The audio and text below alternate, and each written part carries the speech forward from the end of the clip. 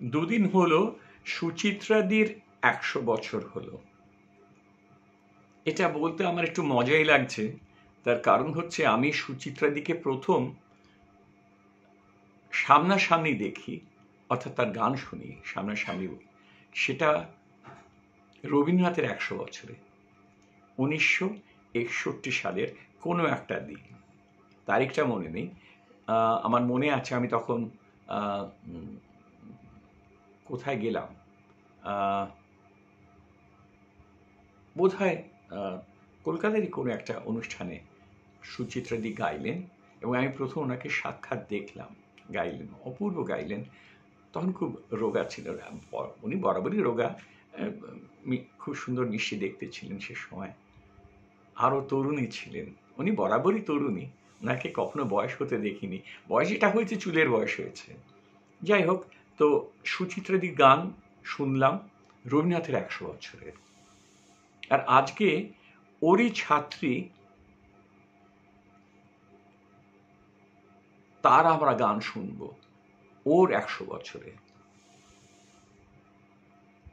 এটা আমার কাছে খুব ইন্টারেস্টিং লাগছে। আর একটা জিনিস বলি, আজকে যেহেতু পূর্বার আলোচনাই হবে, পূর্বার জন্মদিন পালন করা হচ্ছে, সেই সম্পর্কে আমি একটু সুচিত্রাদির কথা বলতে চাই। কারণ সুচিত্রাদিকে খুব খুব মেশামেশি করে জানতাম, ওর সঙ্গে বসে আড্ডা মেরেছি এখানে ওখানে সেখানে, ওর গান হলে সবসময় ছুটে গেছি, টিকিট কেটে শুনেছি। তারপর একটা সময় যখন রিভিউ করতাম দেশে, তখন আর টিকিট কাটতে হতো না, এমনি শুনতে যেতাম। এভাবে বহুদিন বহুকাল। আর পরে একটা সময় আমাদের মধ্যে একটা নৈঃশব্দ এসে গেল। কারণ বলি, ওনার ধারণা হলো একটা সময় যে আমি বোধহয় ওনাকে ততটা পছন্দ করছি না, ওর গান। কেননা ওনার একটা অনুষ্ঠান ছিল, অসাধারণ অনুষ্ঠান করেছিলেন মহাজাতি সদনে। সেটা আমি রিভিউ করেছিলাম দেশে, 3 পাতা জুড়ে। অত বড় রবীন্দ্রসঙ্গীতের রিভিউ আমি কখনো করিনি, আর হয়েছে কিনা তাও জানি না। তো সে সময় আমি গোটা লেখাটা জুড়ে ওর প্রশংসা করেছি। শুধু বলেছিলাম ওনার কৃষ্ণকলি আমি তারেই বলি গানটাতে তারেই এসে যাচ্ছে চন্দ্রবিন্দু দিয়ে। আমরা কৃষ্ণকলি তো খুব সাধারণ মেয়ে, তাকে তারেই বলতে হবে কেন, এটা বলেছিলাম। অর্থাৎ চেয়েছিলাম যে উনি যেন ওই কৃষ্ণকলি গানের সময় যেন ওই চন্দ্রবিন্দুটাকে না আনেন উচ্চারণে। এর একটা কারণ আছে, ওই সময় ওনার একটা বোধ হয় একটা কোনো নেজাল কি বলে প্রবলেম হচ্ছিল, যে উনি চন্দ্রবিন্দুটা এসে যাচ্ছিল নয়ের সঙ্গে বিভিন্ন সময়। ওতে উনি খুব কষ্ট পেলেন এবং 3 পাতা জোড়া রিভিউ। উনি দেশ পত্রিকার সম্পাদক সাগরময় ঘোষকে বললেন, সাগরদা, তোমার শঙ্করলাল আমাকে নিয়ে যেটা লিখেছে এটা আমার একদম পছন্দ হচ্ছে না।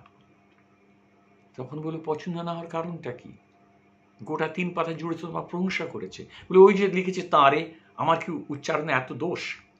উনি বললেন যে উচ্চারণের দোষ কি না দোষ আমি জানি না, আমি তো সেখানে ছিলাম না, তুমি শঙ্করের সঙ্গে কথা বলো। উনি তা বললেন না। তার কিছুদিন পরেই একটা আসর হলো রবীন্দ্র সদনে, উনি গাইলেন এবং কণিকাদি গাইলেন। একটা অসাধারণ অনুষ্ঠান হয়েছিল। প্রথমে সুচিত্রাদি গাইলেন 1.5 ঘন্টা কি 1 ঘন্টা 1.25 ঘন্টা, একটা 15 মিনিটের ব্রেক, তারপরে কণিকাদি গাইলেন। তো দারুণ গেয়েছিলেন, দুজনে অসাধারণ গেয়েছিলেন। তো প্রথম ভাগে সুচিত্রাদি গাইলেন, গাওয়ার পরে শেষে সবাই বলল একটু কৃষ্ণকলি হোক, একটু কৃষ্ণকলি হোক। যখন উঠে যাবেন উনি খাতাপত্র জড়ো করে বুকের কাছে ধরে বললেন, না, এখানে একজন বিখ্যাত সমালোচক আছেন, তিনি বলেন আমার নাকি নয়ের দোষ আছে, উচ্চারণে দোষ আছে, ওই গান আমি গাইব না, বলে হনহন করে বেরিয়ে গেলেন। আর সেই প্রোগ্রামে অনুষ্ঠানে আমি বসেছিলাম সাগরদার পাশে। সাগরদা বলে, দেখো তো মেয়েটার কি অবস্থা, ওইটা নিয়ে আবার এখানে বলে গেল, কি মানেটা কি? তারপর যাই হোক, তারপরে আমার যেটা হলো, আমি তো আগে ওনার সব অনুষ্ঠানে যেতাম, গিয়ে দেখা করতাম, কথা বলতাম, গল্প করতাম। আমি দেখা করা বন্ধ করলাম, যেতাম না, প্রোগ্রাম শুনছি চলে আসছি। আর ওনার রিভিউটা আমি সাগরদাকে বলতাম আমাকে না দিতে, চেষ্টা করতাম। তারপরে হলো এই হচ্ছে সুচিত্রাদি, একটা বিয়ের অনুষ্ঠান হলো স্যাটারডে ক্লাবে, অপর্ণার বিয়ের রিসেপশন আর কি, মানে ওই যখন একে বিয়ে করলো, কল্যাণকে। তো আমি গেছি, আমি যখন ঢুকেছি ওই হলটাতে, এটা অন্ধকারই ছিল। হঠাৎ দেখি, আমি গিয়ে এক জায়গায় বসছি, দেখি সুচিত্রা যখন, এই ইন্টেলেকচুয়াল এসো, আমার পাশে জায়গা আছে, এসে বসো, এসো বসো। আমি বললাম কাকে বলছে। তারপর দেখি আমাকেই ডাকছে হাত দিয়ে। আমি গিয়ে ওর পাশে বসলাম। এত রাগ তোমার? রাগ তো আমার না, রাগ তো আপনার। আপনি তো সমানে একটা উচ্চারণ নিয়ে লিখেছিলাম বলে আপনি সমানে গেয়ে যাচ্ছেন। বললো না ঠিক আছে। এটা এত ভালো হয়ে গেল বন্ধুত্বটা। তারপরে আমার বাড়িতে প্রায় উনি সকালে ফোন করতেন, আর আমার গিন্নিকে বলতেন, এই আমার বয়ফ্রেন্ডটাকে দিত, একটু গল্প করি, বলে আমার সঙ্গে প্রায় ঘন্টাখানেক গল্প করতেন। প্রায় অফিসেও ফোন করতেন, গল্প হতো নানান বিষয়ে, কত জিনিস ওনার জানার আগ্রহ। এবং কোনো জিনিস একটা প্রশ্ন থাকলে সেটাকে যতক্ষণ না তুমি কমপ্লিটলি আনসার করছো, উনি কিন্তু প্রশ্ন করেই যাবেন। এটা আমার খুব ভালো লাগতো। আর সবচেয়ে কষ্টের হলো যেটা, ওর একটা খুব সুন্দর ইন্টারভিউ করেছিলাম, খুব সুন্দর ইন্টারভিউ টেলিভিশনে। উনি বলতেন যে আমার যত ইন্টারভিউ হয়েছে এরকম কেউ কিন্তু করেনি শঙ্কর, তুমি যেটা করলে না, কি সুন্দর করলে। 1 ঘন্টার ইন্টারভিউ, 2টো শনিবার ধরে দেখিয়েছিল কথাতে। আজকে রাত্রিরে সেটা দেখানো হবে। যাই হোক, তো উনি আমাকে বললেন যে শঙ্কর, একটা কথা তোমাকে বলি, এটা শেষ কথা আর কি, একটা কথা তোমাকে আমি বলি, আমি যে তোমার সঙ্গে এত তর্ক করি তোমার রাগ হয়? আমার না, তর্ক করলে আমার রাগ হয় না। আপনি কথা বন্ধ করে দিলে রাগ হয়। আপনি রেগে গিয়েছিলেন আমারও, তাতে রাগ হয়েছিল। বলে যে তাই? বলে আমারও তাই হয়। কেউ কথা বন্ধ করলে আমার রাগ হয়, কেউ আমার সঙ্গে ঝগড়া করলে আমার রাগ হয় না। উনি খুব তর্ক করতে ভালোবাসতেন। আজকে ওর কথা ভেবে খুব ভালো লাগছে। আমার সত্যি একটা ভালো বন্ধু, আমার থেকে বয়সে অনেক বড়, কিন্তু একটা ভালো বন্ধু, দিদি এবং ভালোবাসার মানুষ তিনি নেই, কিন্তু এখন ফিরে এসেছেন আবার 100 বছরে, এবং থাকবেন বহু বছর। আমরা যখন থাকবো না তখনও সুচিত্রা দিক্ত থেকে যাবেন বাংলার সংস্কৃতিতে, বাংলার সমাজে, বাংলার ইতিহাসে। নমস্কার।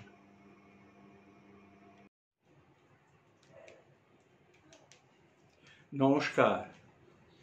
আজ মহালয়া, অর্থাৎ পিতৃপক্ষের শেষ দিন।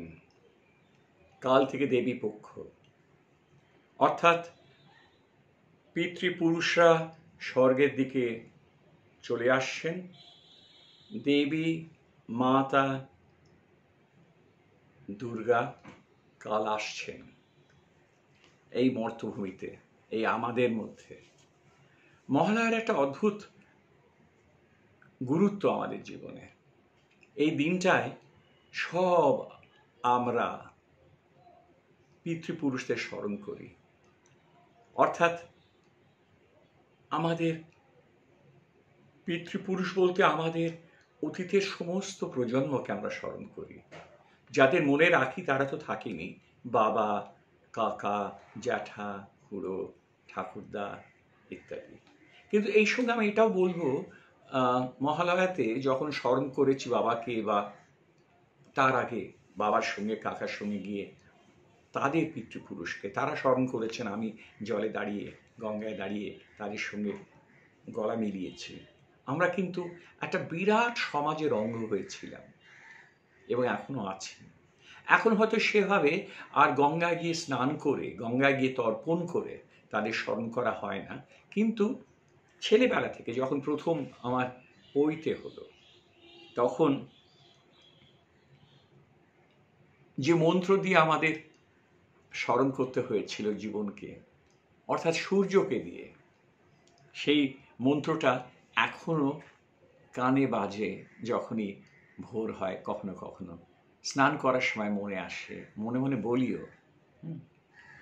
সেই মন্ত্রটা হলো ওম জবাকুসুম সংকাসং কাশ্যপেয়ং মহাদ্যুতিম ধান্তারিং সর্বপাপঘ্নং প্রণতোস্মি দিবাকরম। অর্থাৎ দিবাকর মানে সূর্যকে প্রণাম করে জীবন শুরু করছি। এটা হিন্দু শাস্ত্রে আছে যে এই দিবাকরকে প্রণাম করে জীবন শুরু করা মানে হচ্ছে শক্তি অর্জন করে শুরু করা।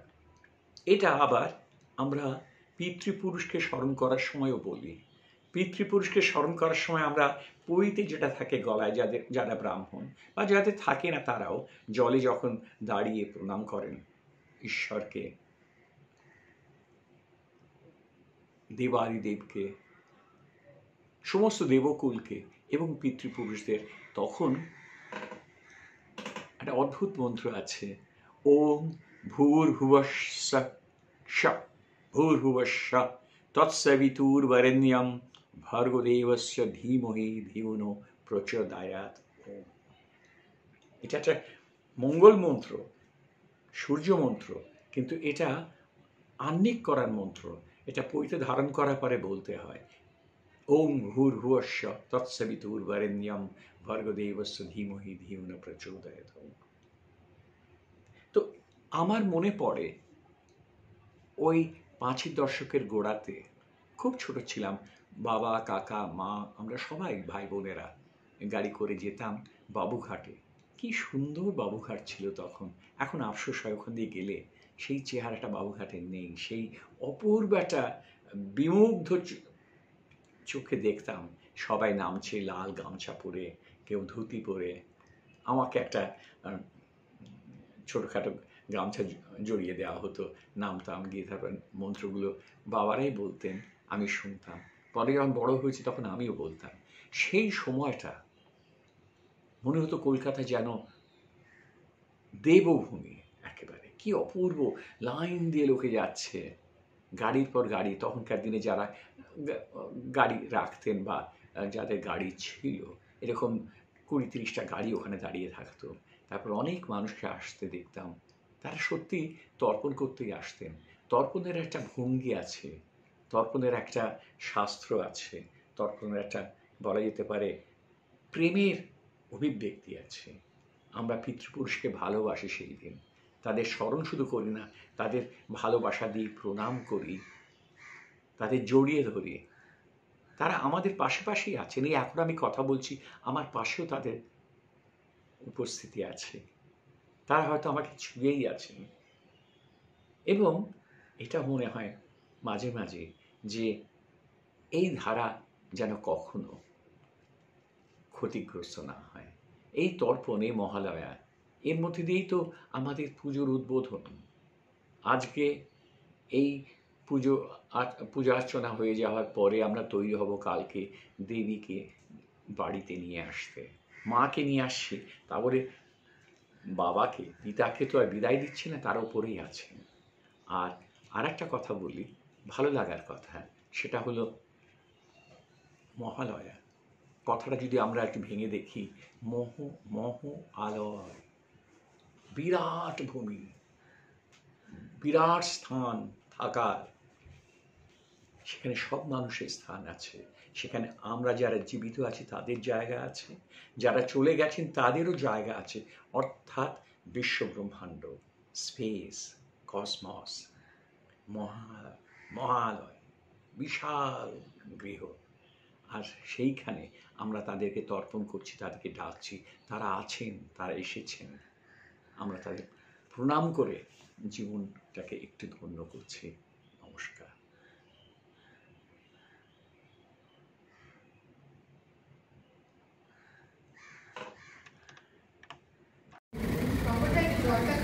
না,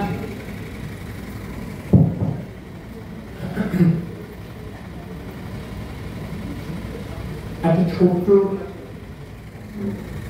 তথ্য দিয়ে শুরু করি। সন্ধ্যা, আমি একই বছরে জন্মেছি। আমার 15 অগস্ট 1947 সন্ধ্যা বোধহয় নভেম্বর তারিখে, তাই সন্ধ্যাই বলছি। সব বলতাম তাই সন্ধ্যা সম্পর্কে একটা কথা দিয়ে শুরু করতে হয়। সেটা হলো যে কোনো বড় ঘটনার প্রথম দিনগুলো এবং শেষের দিনগুলো হচ্ছে সবচেয়ে চাঞ্চল্যকর এবং সবচেয়ে মানে দূর থেকে পড়লে বা দেখলে মনে রাখে। যেমন আরেক উদাহরণ দিয়ে বলি, মুঘল সাম্রাজ্যের পতন হলো বাবরকে দিয়ে 1426 সালে উনি যুদ্ধে জিতলেন এবং ভারতে ঢুকলেন। আস্তে আস্তে মুঘল সাম্রাজ্যের পতন হলো। খুব যদি মুঘল সাম্রাজ্যের ইতিহাস পড়তে হয় ওই সময়টা প্রস্তুত হবে, কাদের সঙ্গে উনিদের সঙ্গে উনি গেলেন এবং কিভাবে উনি একটা সাম্রাজ্য বিস্তার করলেন। ছিলেন তো সামারকান্দে মানে খোলা জমিতে আর মরুভূমিতে এখানে এসে। আর শেষের দিনটা হচ্ছে 1857 যেদিন বাহাদুর শাহ জফর বাহাদুর শাহ তাকে ইংরেজরা বিতাড়িত করল। অর্থাৎ 1426 সাল 1857 এই প্রথম দিনগুলো আমাদের খুব মনে থাকে, মনের দাগ থাকে। আর শেষের দিনগুলো ভীষণ চাঞ্চল্যকর, কষ্ট হয়। সংগ্রাম করছেন শুধু ধরে রাখার জন্য নয়, তার সিংহাসন ইংরেজের বিরুদ্ধে দাঁড়াতে চাইছেন, হেরে যাচ্ছেন এবং শেষ। তারপরে এখানে আমাদের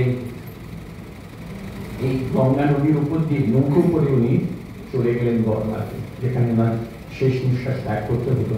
যাওয়ার সময় এই গঙ্গার ধারে একটি বাড়ি থেকে তাকিয়েছিলেন, সেখানে দাঁড়িয়েছিলেন আর একজন শেষ নবাব ওয়াহিদ আলী খান।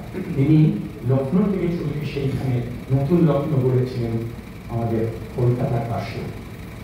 তাকে উনি দাঁড়িয়ে বলেন আমি দেখতে চাই, উনি এসে দাঁড়িয়েছিলেন। এই জিনিসটা আমাদের মনের মধ্যে দাগ থাকে।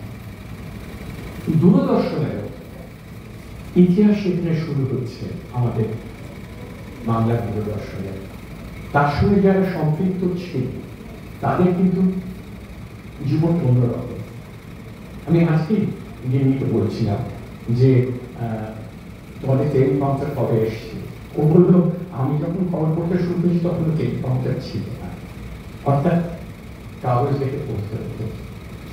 ইংরেজিতে একটা কথা আছে, ওদের নিউজ কাস্টিং এর ব্যাপারে ওরা চর্চা করে, সেটা বলে যখন তুমি কাগজ দেখে পড়ছো there is an up and down movement of the eyes. একবার তলায় টাকাটা একবার সোজা টাকাটা, তলায় টাকাটা সোজা, up and down movement। তারাই সত্যিকারের ব্যবহারটা জানে, যাদের ওই ওপর নিচ তাকানোটা মিশে যায়, তো বুঝতে পারে না কখন পড়ছি কখন বলছি। এই যে একটু আগেও বললো না খবর পাঠ করতে না খবর বলতে, এটা খুব একটা গুরুত্বপূর্ণ কথা, যে খবর পাঠ করার জন্য নয়, যদি সব পড়তেই হয় কিন্তু খবরটা বলতে হবে। টেলিপ্রম্পটার সেটা দেখে তোকে বলে যাচ্ছে, পড়ছে কিন্তু বলে যাচ্ছে। এই কাগজ দেখে ওঠানামা করে বলাটার মধ্যে একটা কি বলবো স্টাইল আর কনটেন্ট আছে। কিভাবে বলবো, কোন স্টাইলে বলবো, যাতে আমার বলাটাকে বলা মনে হয়, বলা না মনে হয়। আমরা সে সময় মনে আছে আমি আগে ইংল্যান্ডে ছিলাম, ওখানে খুব খবর দেখতাম। BBC 2 চ্যানেল, যেটা খুব ইম্পর্টেন্ট চ্যানেল। পঙ্কজ আছে, পঙ্কজ বলতে খবর সেখানে কাজ করেছি, যখন BBC 2 চ্যানেলের খবরগুলো দেখতাম, সেটা একটা অসাধারণ খবর পড়িয়েছিলেন। তার নাম হচ্ছে অ্যাঞ্জেলো রিপন।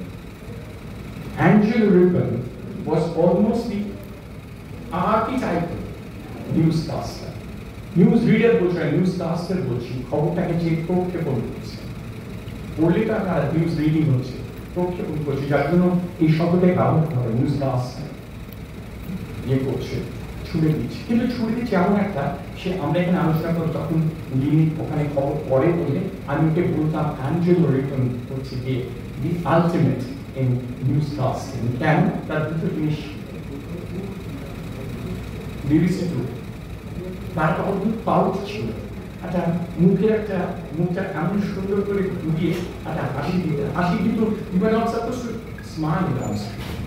হাসাহাসি করা তো জানে না ওটা, মানে কোন কথা আপনি হাসি করে দিয়ে দেখায় না, কিন্তু পাউচিং এর একটা ব্যাপার হচ্ছে বলার মধ্যে একটা জীবন্ত ভাব নিয়ে আসা, a style of projecting words। তো অ্যাঞ্জেলো রিপন একটা অসাধারণ ছিল, এবং তিনি একটা ইনস্টিটিউশন হয়ে গেলেন ওখানে। আমি তারপর যতবার ইউনিভার্সিটি থেকে তখন she was still very much there. এবং তারপরে উনি যখন রিটায়ার করে এই 2019 সালে ওনাকে বিরাট করে সম্বর্ধন দেন, বড় একটা মানে কুইন্স রানী তৈরি করেন। তো তখন রানী বেঁচে ছিলেন, উনি ওকে একটা বিরাট সম্মান দিয়েছিলেন, আচ্ছা ওই অর্ডার অফ সামথিং আর কি। তো ছন্দা যেটা আমার কাছে তখন ভালো লেগেছিল, আমরা ওকে বলতাম যে অ্যাঞ্জেলো রেকনের সঙ্গে ওকে তুলনা করা যায়। আমার দিনই আছে, আমি বলতাম যে তোমরা দেখো অল্পতি এমন একটা স্বাভাবিকভাবে পুরো ঘটনাটাকে নিয়ে আসছে, বলে দিচ্ছে। যাই হোক, সেটা দুঃখের ঘটনা হতে পারে, রাগের ঘটনা হতে পারে, খুব আনন্দের ঘটনা হতে পারে, বা কোনো কিছু একটা সাধারণ ঘটনা, কিন্তু তার মধ্যে যে একটা জীবন প্রক্রিয়া কাজ করে। You connect with the audience whom you don't see. তুমি যাকে দেখতে পাচ্ছ না তাদের সাথে কানেক্ট করা কিন্তু আলাদা একটা স্টাইল আছে, আলাদা একটা রয়েছে, কি বলে, ক্ষমতার দখল নিতে হয়। আমি যখন দেখতে পাচ্ছি সামনে কাউকে, আই নো হুজ। এক একটা গান থাকে যা সারা জীবন আমাদের সঙ্গে চলে। একটা যাত্রার গান বলা যেতে পারে, জীবনযাত্রার গান বলা যেতে পারে। সবসময় যে মৃত্যুর দিকে তাও নয়, জীবন থেকে জীবনে। আজকের অনুষ্ঠান যেটা, যে বিষয়ে, তা হলো পথে চলে যেতে যেতে। পথ এবং শাশ্বত, আজকের এই যে ভাবনাটা নিয়ে এসেছে নতুন করে শোনাবার জন্য, আমার খুব মন কাটছে। কারণ এই গানটা, এই যে কথাটা, যে গান থেকে তোলা, পথে চলে যেতে যেতে, এই গানটা আমি প্রথম খুব মন দিয়ে শুনেছিলাম। ছেলেবেলায় তো শুনেছিলাম, রেকর্ডেও শুনেছিলাম। প্রথম যখন শুনেছিলাম খুব মন দিয়ে, সেটা বোধহয় 67-68 সালে। আমি তখন প্রেসিডেন্সি কলেজে MA পড়ি। সুবিনয়দার গলায় একটা অনুষ্ঠানে, সুবিনয়দার দুটো গান আমার খুব ঘুরে ফিরে আসে জীবনে। একটা হলো পথে চলে যেতে যেতে, আর একটা হলো দুঃখ রাতে হে নাথকে ডাকিলে। দুঃখ রাতে হে নাথকে ডাকিলে, এই গানটা আমি ওনার সামনে বসে শুনেছিলাম 72 সালে। এই গানটা আমার কাছে একটা অন্য বিষয় নিয়ে আসে। তা হলো, আমার বাবা এই গানটা শুনতে চেয়েছিলেন আমার দিদিদের গানের শিক্ষিকার কাছে। তো তিনি বলেছিলেন, এই বড়বাবু, এই গানটা আমি জানি না, আমি এটা তুলে আপনাকে শোনাবো। কিন্তু সেটা আর হয়নি, কারণ সে বছরই বাবা প্রয়াত হলেন। এই জন্য এই গানটার প্রতি আমার একটা আকর্ষণ আছে। সেই গানটা আমি খুঁজেছিলাম রেকর্ডে, পাইনি। 72 সালে উনি গাইলেন। যে কারণে আমার, যার সঙ্গে পরে বিয়ে হলো, সুবিনয়দারই ছাত্রী ইন্দ্রাণী, আমি ওকে প্রথম রেকর্ড করার সময়, ওর যখন প্রথম ক্যাসেট হচ্ছে, আমি বলেছিলাম এই গানটা তুমি অবশ্যই রাখবে, দুঃখ রাতে হে নাথকে ডাকি। আর একটা গান আমাকে বলা যেতে পারে রবীন্দ্রনাথ এবং সুবিনয়দা যৌথভাবে দিয়ে গেছেন। এখন আপনারা এটা শুনতে পারবেন, তখন এটা এত শোনা যেত না। আমি অনুষ্ঠানে শুনেছিলাম এবং অভিভূত হয়ে গিয়েছিলাম। গানটা হলো পথে চলে যেতে যেতে, কোথা কোনখানে তোমার পরশ আসে, কখন কে জানে, পথে চলে যেতে যেতে। কি অচেনা কুসুমের গন্ধে, কি গোপন আপন আনন্দে, কোন পথিকের কোন গানে তোমার পরশ আসে, কখন কে জানে। সহসা দারুণ দুঃখ তাপে সকল ভুবন যবে কাঁপে, ভুবন যবে কাঁপে। সকল পথের ঘোচে চিহ্ন, সকল বাঁধন যবে ছিন্ন। মৃত্যু আঘাত লাগে প্রাণে, তোমার পরশ আসে, কখন কে জানে। রবীন্দ্রনাথের একেবারে পরম অনুভূতির গান, ঈশ্বরকে, জীবনকে, পথকে এবং কি বলবো, ওনার জগতের প্রতি প্রেমকে এক জায়গায় বেঁধে নিয়ে এসেছেন। এটা মৃত্যুর দিকে যাওয়া কিনা আমি জানি না, তোমার পরশ আসে কখনো কে জানে। আজকে 22শে শ্রাবণ বলে মৃত্যুর কথা বারবার ঘুরে আসছে, কিন্তু রবীন্দ্রনাথের কাছে মৃত্যু তো মহান, মৃত্যু তো ঈশ্বরেরই প্রতীক একটা। উনি বলছেন এক জায়গাতে, কি অসম্ভব সুন্দর কথা বলছেন, ঈশ্বরকে দেখার জন্য একটা উত্তরণ দরকার। জীবন কি সেই উত্তরণ? আমরা জানি না। মরণ হয়তো আরো, মরণ রে তুহু মম শ্যাম শোভা। তাই আবার ওই জায়গাটা পড়ে দিই, সকল পথের ঘোচে চিহ্ন, সকল বাঁধন যাবে ছিন্ন, মৃত্যু আঘাত লাগে প্রাণে, তোমার পরশ আসে কখন কে জানে। এবার আপনার শাশ্বতের গানে শুনুন সেই কথাগুলো, সেই ভাবনাগুলো, সেই চিন্তাগুলো, সেই রবীন্দ্রনাথকে। নমস্কার।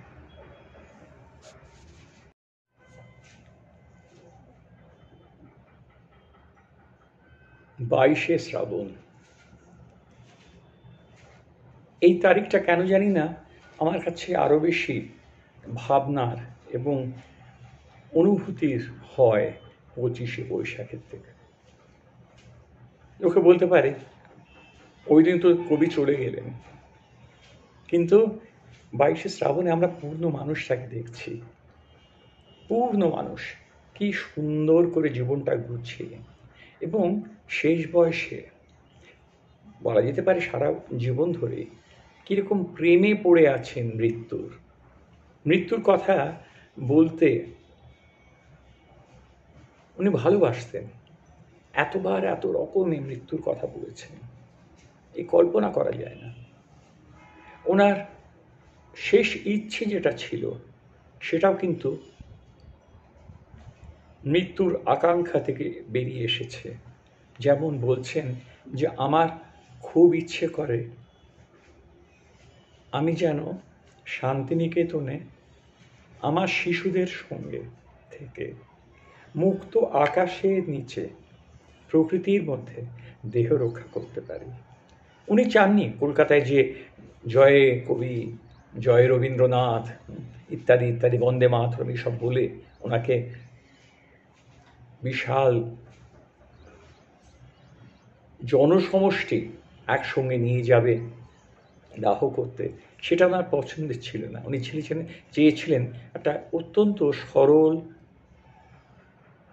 প্রেমের অন্তর্ধান। ওই যে বলছেন শিশুদের মধ্যে শান্তিনিকেতনের খোলা আকাশের নিচে আমি চলে যেতে চাই। চলে গেলেন 7ই অগস্ট, যেটা 22শে শ্রাবণ। আর তার আগে কদিন আগে 30শে জুলাই উনি লিখলেন কোন কবিতা? তখন তার লিখতে পারছেন না, হাত চলে না, মাথাও কাজ করে না। যখন যখন মাথাটা একটু পরিষ্কার হয় কবিতা বেরিয়ে আসে। রানী মহলানবিশকে বললেন লেখ কবিতাটা।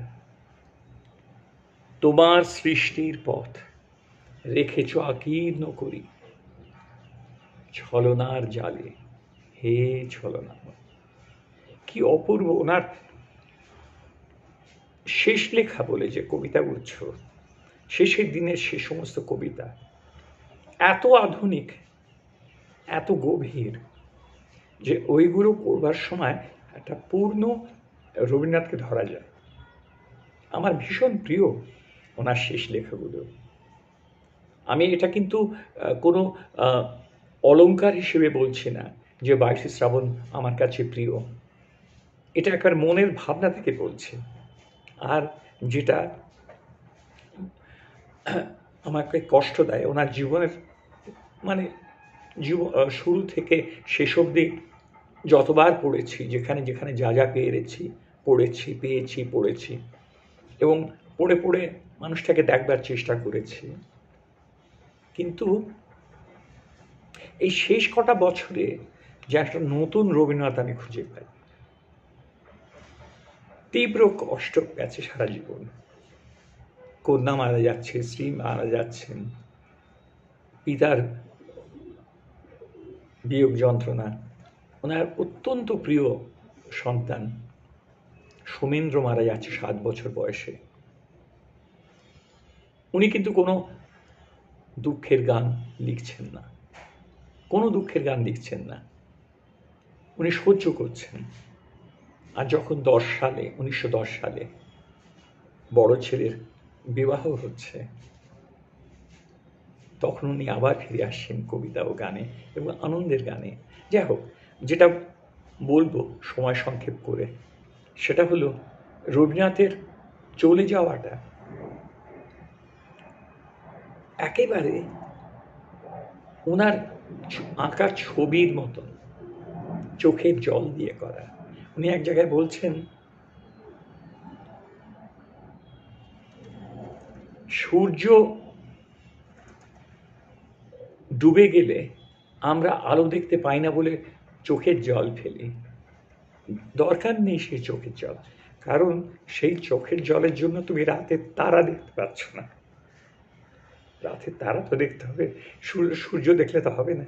জীবন তো শুধু আলো নয়, অন্ধকারও। আবার এটাও বলছেন, কি অপূর্ব কথা, অপূর্ব কথা বলছেন,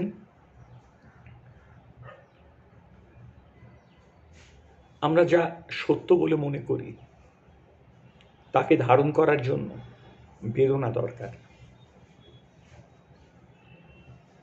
আনন্দকে বলছেন যে আমরা খুশি হই সহজভাবে, কিন্তু সেই সহজ হওয়াটা খুব কঠিন।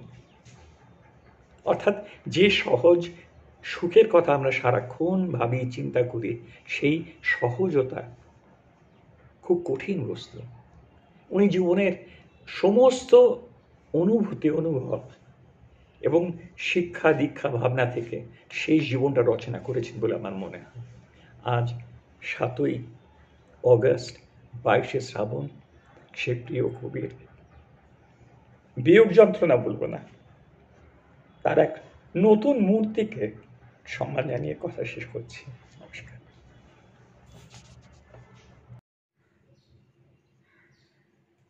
শুভ নববর্ষ।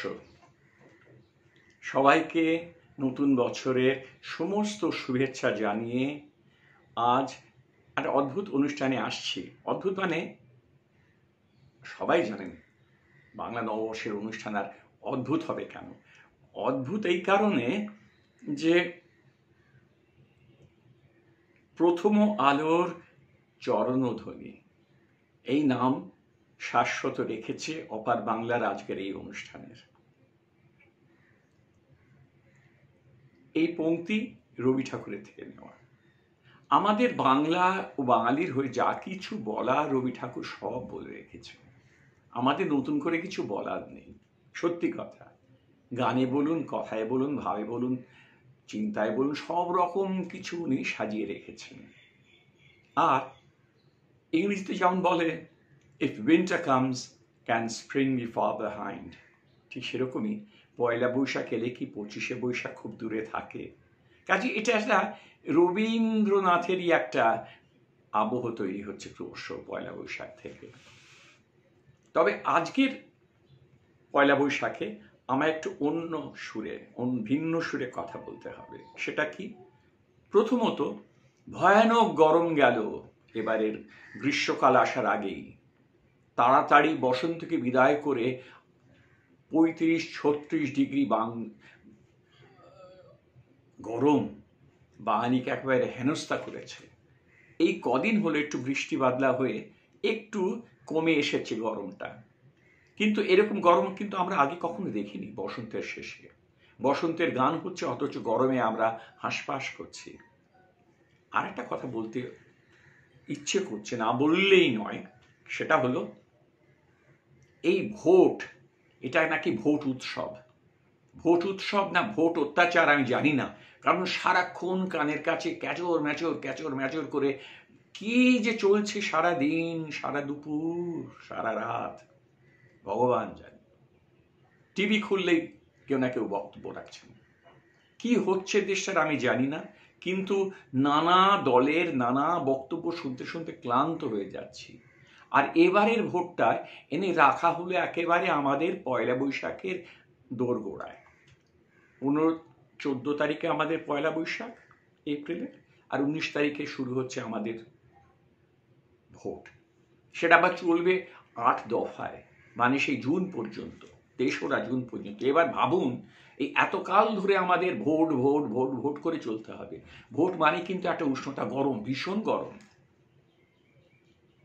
কে বা কারা যে ভোটটাকে সবসময় গরমকালে নিয়ে আসে আমি জানি না, এটা শীতকালে করলে দোষটা কি ছিল, কিন্তু সেই যা হয়ে আসে তাই চলছে। কিন্তু গরমও বাড়ছে।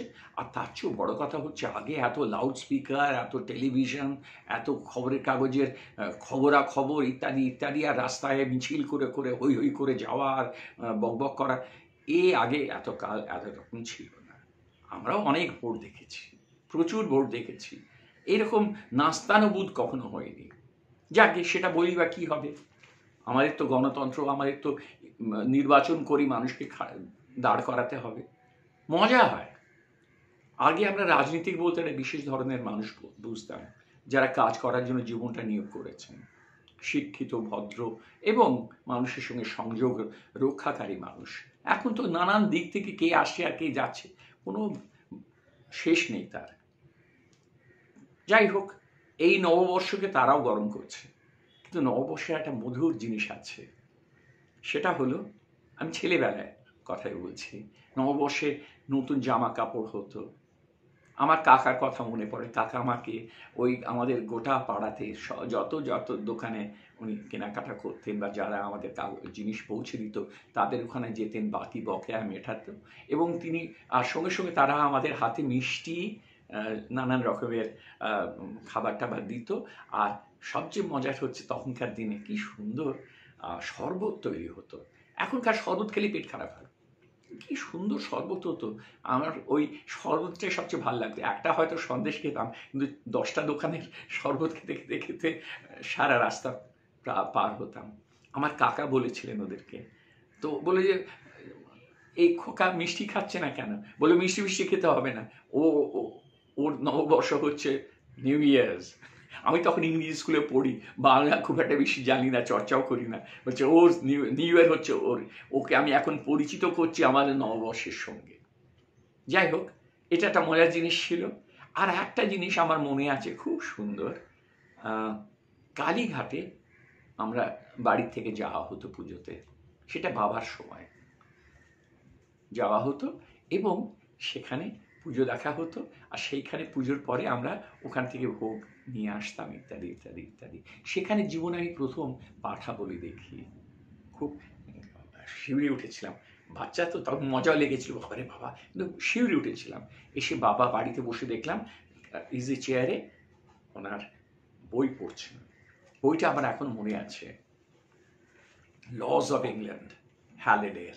ওইটা প্রায় পড়তেন, নানান 12 খণ্ডের বই, মোটা মোটা বই পড়ছেন। আমি গিয়ে বললাম, বাবা একটা অদ্ভুত জিনিস দেখলাম। কি দেখলে? আমি বললাম যে পাঠা বলি হলো, আমি দেখলাম।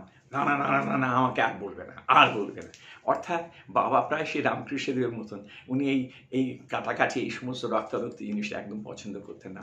রামকৃষ্ণদেব যেমন পাঠা বলি বন্ধ করে দিয়েছিলেন দক্ষিণেশ্বরে। যাই হোক, এইসব স্মৃতিগুলো আসে। আর এখনকার কি স্মৃতি হবে আমি জানি না, কারণ এই উৎপীড়নের মধ্যে চলছে। তো তবুও তার মধ্যে এক সময়কার মনে আছে, বাড়িতে নববর্ষে ভাত, মাংস, নানা রকম তরি তরকারি, মিষ্টান্ন খাওয়া হতো। আর তার সঙ্গে থাকতো সন্ধেবেলার লুচি। এবারেও হয়তো লুচি হবে কি হবে না জানি না, কারণ যা গরম। যাই হোক, আর আপনাদের একটা জিনিস বলি, রবীন্দ্রনাথ এই গ্রীষ্মে জন্মে আমাদের দুটো উপকার করেছেন। এক হচ্ছে বৈশাখকে সহনীয় করেছেন।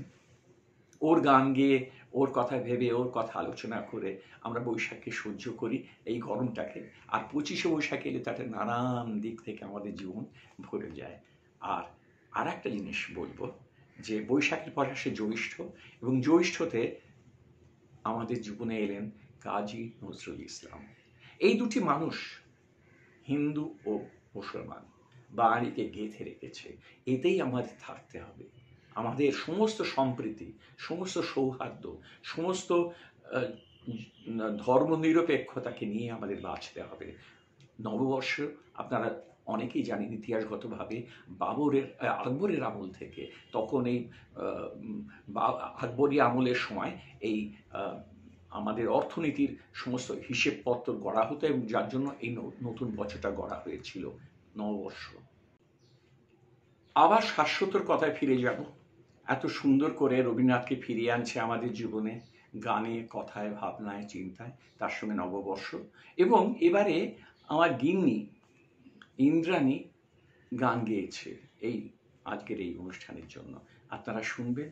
আর শাশ্বতকে বলি, তোমরা এই অপার বাংলাটা চালিয়ে যাও। অন্তত আমাদের এই দুটো গোলার্ধের একটা সম্পর্ক তৈরি যেটা হয়েছে সেটা থাকুক, এবং আমরা এটাকে উদযাপন করি। আর শেষ কথা, একেবারে শেষ কথা, নববর্ষ নতুনের শুরু। নতুন কিছু করি, নতুন কিছু ভাবি, নতুন হতে হবে। পুরনোকে তাড়িয়ে দিয়ে নয়, পুরনোকে সংগ্রহ করে তার সমস্ত বিবেচনাকে জীবনে গ্রহণ করে নতুন করে গড়ে উঠতে হবে। সেই নতুনের কথা বলে আমি নতুন বর্ষকে সব অভ্যর্থনা জানাচ্ছি। নমস্কার।